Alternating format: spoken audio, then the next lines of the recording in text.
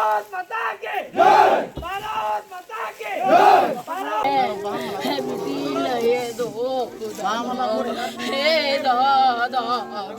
वंदे मातरम, वंदे मातरम।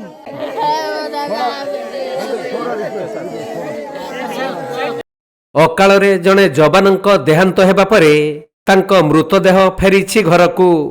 ତେଣୁ କାନ୍ଦୁଛନ୍ତି ବୃଦ୍ଧ ବାପା ମା, କାନ୍ଦୁଛନ୍ତି ଗାଁ ଲୋକେ। କାନ୍ଦବୁବାଳିରେ ଫାଟି ପଡୁଛି ଗାଁ ଦାଣ୍ଡ। ତାଙ୍କର ଶେଷ ଦର୍ଶନ କରିବା ପାଇଁ ଶହ ଶହ ଲୋକମାନେ ଆସିଛନ୍ତି। ଘରର ଏକମାତ୍ର ରୋଜଗାରିଆ ପୁଅ ଆଜି ସବୁଦିନ ପାଇଁ ଆରପାରିକୁ ଚାଲିଯାଇଛି। ବୃଦ୍ଧ ବାପା ମା ପୁଅ ଉପରେ ରଖିଥିଲେ ଅନେକ ଆଶା, କିନ୍ତୁ ଆଜି ସେହି ପୁଅ ସମସ୍ତଙ୍କୁ ଛାଡ଼ି ଅଫେରା ରାଇଜକୁ ଚାଲିଯାଇଛି। ଏଭଳି ଏକ ଦୁଃଖଦ ଘଟଣା ମୟୂରଭଞ୍ଜ ଜିଲ୍ଲା ରାସଗୋବିନ୍ଦପୁର ବ୍ଲକ ଅନ୍ତର୍ଗତ ଖୁଣ୍ଟାପାଳ ପଞ୍ଚାୟତର ଚକୁଳିଆ ବଇଦା ସାହିରେ ଦେଖିବାକୁ ମିଳିଛି। ମୋ ଭାଇ ବଡ଼ ଭାଇ ମ୍ୟାରେଜ କରିଥିଲେ? ନା ମ୍ୟାରେଜ କରିନାହାନ୍ତି। କଣ ତାଙ୍କ ନାମ? ଲକ୍ଷ୍ମଣ ସାର୍। କୋଉଥିରେ ଥିଲେ? କଣ ଘଟଣା? ଏଇଟା ସାର୍ ଚେନ୍ନାଇରେ ସିଆଇଏସ୍ଏଫ୍ ଡିପାର୍ଟମେଣ୍ଟରେ କାମ କରୁଥିଲେ। କଣ ହେଇଥିଲା ଘଟଣା? କେମିତି କଣ ହେଲା? ତାଙ୍କର ସାର୍ ବ୍ରେନ୍ ଷ୍ଟ୍ରୋକ୍ ହେଇଥିଲା, ସ୍ପାଟ୍ କଲେ ଆଉ।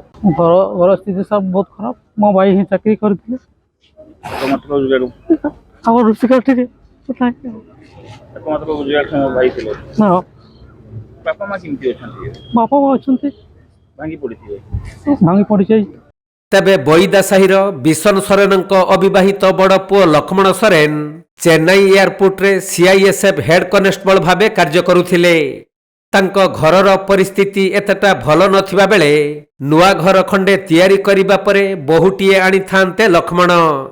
କିନ୍ତୁ ଗତ 4 ତାରିଖ ଦିନ ସକାଳେ ଡ୍ୟୁଟିରେ ଥାଇ ତଳ ମହଲାକୁ ଜଳଖିଆ ଆଣିବାକୁ ଯାଇଥିବା ସମୟରେ ହଠାତ୍ ତାଙ୍କର ମୁଣ୍ଡ ବୁଲାଇବାରୁ ତଳେ ପଡ଼ିଯାଇଥିଲେ। ତେଣୁ ତୁରନ୍ତ ତାଙ୍କୁ ଡାକ୍ତରଖାନାକୁ ନିଆଯିବା ପରେ ଜଣାପଡ଼ିଥିଲା ଯେ ତାଙ୍କ ମସ୍ତିଷ୍କର ଏକ ଶିର ଛିଡ଼ିଯାଇଛି। ଡାକ୍ତରମାନେ ଲକ୍ଷ୍ମଣଙ୍କୁ ବଞ୍ଚାଇବା ପାଇଁ ଆପ୍ରାଣ ଉଦ୍ୟମ କରିଥିଲେ। ଦୀର୍ଘ ସମୟ ଧରି ଆଇସିୟୁରେ ଚିକିତ୍ସିତ ହେବା ପରେ ଗତ 24 ତାରିଖ ଦିନ ଡାକ୍ତର ଲକ୍ଷ୍ମଣଙ୍କୁ ମୃତ ଘୋଷଣା କରିଥିଲେ। ତେଣୁ ଲକ୍ଷ୍ମଣଙ୍କ ମୃତ ଶରୀର ଚେନ୍ନାଇରୁ ବିମାନ ଯୋଗେ କଲିକତାକୁ ଅଣାଯାଇ ଏକ ସ୍ୱତନ୍ତ୍ର ଆମ୍ବୁଲାନ୍ସ ଯୋଗେ ଖୁଣ୍ଟାପାଳ ସ୍ଥିତ ବାସଭବନରେ ପହଞ୍ଚିଥିଲା। ତାଙ୍କ ମର ଶରୀରକୁ ସମ୍ମାନ ଜଣାଇ ଗାଁ ଲୋକମାନେ ଝିଙ୍କିରିଆ ଛକଠାରୁ ତାଙ୍କ ଘର ପର୍ଯ୍ୟନ୍ତ ବନ୍ଦେ ମାତରମ ଲକ୍ଷ୍ମଣ ସୋରେନ ଅମର ରହେ ନାରା ଦେଇ ନେଇଯାଇଥିଲେ। ଏପଟେ ଲକ୍ଷ୍ମଣଙ୍କ ସହକର୍ମୀମାନେ ସାଙ୍ଗରେ ଆସି ଶେଷକୃତ୍ୟ ଶ୍ରଦ୍ଧାଞ୍ଜଳି ଜ୍ଞାପନ କରିଛନ୍ତି। ये जी एपर देहात होती ना हूँ head constable GD Laxman Soren. 4 तारिख दिन तांकर मॉर्निंग शिफ्ट थिला। मॉर्निंग शिफ्ट रे नास्ता नवा तौक जाते से टाइम सेंसलेस होना तले खसी पड़े। इमिडिएट हॉस्पिटल नियाला। हॉस्पिटल जो चेक करागला तार ये मुंडर बाँ पट शिर फाटी जाइए।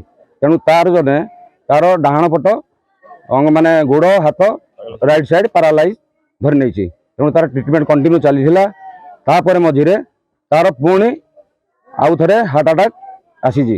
हार्ट अटैक आसी 22 तारिख राति 9:17। तेणुक डॉक्टर बहुत चेष्टा कले। चेष्टा कर सारापर 24 तारिख राति 8:50 डेथ घोषणा करा। मयूरभंज जिला मुरडारू ज्ञानरंजन बेहेरा रिपोर्ट, कोणार्क लाइव।